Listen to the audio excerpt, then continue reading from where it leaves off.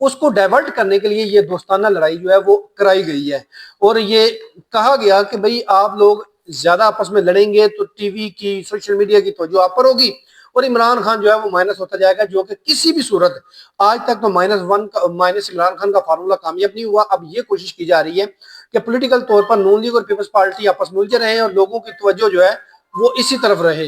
اور ابھی دوسری خبر آپ کو دے دیتے ہیں کہ عمران خان کو یہ کہا گیا کہ آپ کو اس جیل میں آپ کی سیکیورٹی خطرات ہیں تو آپ کو دوسری جیل میں شفٹ کرنا ہے۔ دوسری جیل کا مطلب ہے یہ قاسم مارکیٹ میں ایک نئی جیل جو ہے وہ بنائی گئی ہے۔ عمران خان نے وہاں پر جانے سے ریفیوز کر دیا ہے، اور عمران خان نے کہا ہے کہ یہاں تو وہ اڈیالہ جیل میں سیف ہے، اور اگر ان کو منتقل کرنا ہے تو بنی گالہ منتقل کر دیا جائے، اس کو سب جیل قرار دے کر۔ لیکن وہاں پر سب کے پر جلتے ہیں، اور جو خاص طور پر اڈیالہ جیل انتظامیہ ہیں ان کے پر جلتے ہیں۔ ان کو پتہ ہے کہ اڈیالہ جیل میں اڈیالہ سے بنی گالہ شفٹ کیا گیا تو وہاں پر سارا دن جو بنی گالہ کی حفاظت ہے وہ پی ٹی آئی کے کارکنان کریں گے، اور یہی وجہ ہے کہ عمران خان نے ان کی آفر ریجیکٹ کی اور انہوں نے ان کی آفر وقتی طور پر ریجیکٹ کی۔ لیکن ابھی جو ذرائع نے ہمیں بتایا ہے کہ یہ سنجیدگی سے سوچا جا رہا ہے کہ عمران خان کو یہ چونکہ سردیوں کا مہینہ آ رہا ہے تو اسی مہینے میں ان کو جو ہے وہ بنی گالہ شفٹ کیا جائے یا نہ کیا جائے، اس پر ابھی حتمی فیصلہ نہیں ہو سکا، اور عمران خان کو کی جہاں پر رضامندی ہے اس سے متعلق جو ہے بڑی سنجیدگی سے غور کیا جا رہا ہے، تاکہ عمران خان کو اڈیالہ جیل سے کسی بھی دوسری جگہ، چاہے وہ قاسم مارکیٹ ہو یا کوئی بھی جیل ہو یا بنی گالہ ہو، تو وہاں پر شفٹ کرنے کے لیے یہ سنجیدگی سے سوچا جا رہا ہے اوپر لیول پر۔ تاہم عمران خان نے یہ ضرور ظاہر کر دی ہے رضامندی کہ وہ اڈیالہ جیل سے اگر ان کو شفٹ کرنا ہے تو وہ بنی گالہ شفٹ کرنے کے تیار ہیں۔ تاہم ابھی اس پر فیصلہ ہونا ہے۔ گزشتہ روز 5 اکتوبر کو عمران خان کی برتھ ڈے تھی، 73ویں سالگرہ جو ہے وہ بھرپور طریقے سے ملک بھر میں، دنیا بھر میں جو ہے وہ منائی گئی ہے۔ صرف پنجاب کے حد تک سینکڑوں کے ہر یو سی میں، ہر ضلع میں، ہر حلقے میں جو ہے وہ کاٹے گئے ہیں۔ جو ہارے ہوئے امیدواران ہیں، یعنی کہ جو پی ٹی آئی کے امیدواران کی جانب سے یہ کیک جو ہے وہ کاٹے گئے ہیں، بھرپور طریقے سے سالگرہ منائی گئی ہے، اور اڈیالہ جیل کے باہر بھی سالگرہ کے کیک جو ہے وہ لے جائے گئے۔ وہ الگ بات ہے کہ سیکورٹی نے آگے نہیں جانے دیے گئے، اور دوسری جانب جو پنجاب کی قیادت ہے، عہدے دران ہیں، ان کی جانب سے بھی کارکنان کے ہمراہ، ویمن کارکنان کے ہمراہ جو ہیں وہ مختلف کیک کٹے ہیں۔ یہ ویژول آپ ساتھ ساتھ دیکھ رہے ہیں۔ اور اب آخر میں ہم آپ کو بتا دیتے ہیں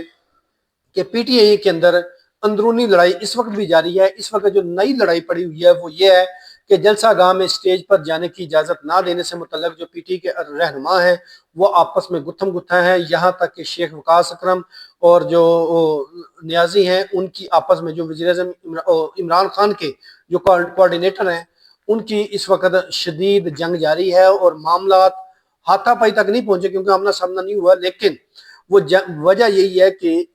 جو سٹیج پر جانے کی اجازت نہ دی گئی عمران خان کے کوارڈینیٹر جو نیازی ہیں، اور اس کے بعد انہوں نے وقاص اکرم کو کھری کھری سنائی ہیں، چونکہ دونوں میں رہنما جو ہیں وہ پولیٹیکل کمیٹی کا حصہ ہیں، تو پولیٹیکل کمیٹی کے اندر ان کے درمیان شدید لفظی گولہ باری ہوئی ہے، اور آئے روز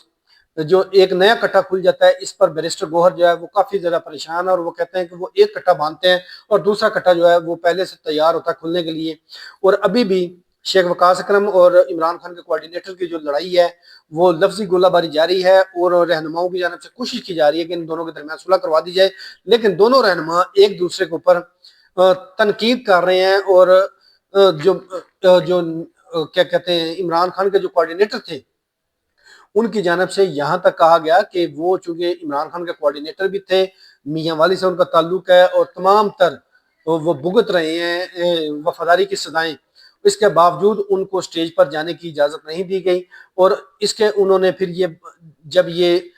علی امین گنڈا پور کو بھی کہا اور اس کو بھی کہا شیخ وقاص اکرم کو، تو اس کے باوجود بھی انہوں نے بھی ان کو سٹیج پر لے جانے کی کوشش نہیں کی، جس کی وجہ سے یہ اب لڑائی جو ہے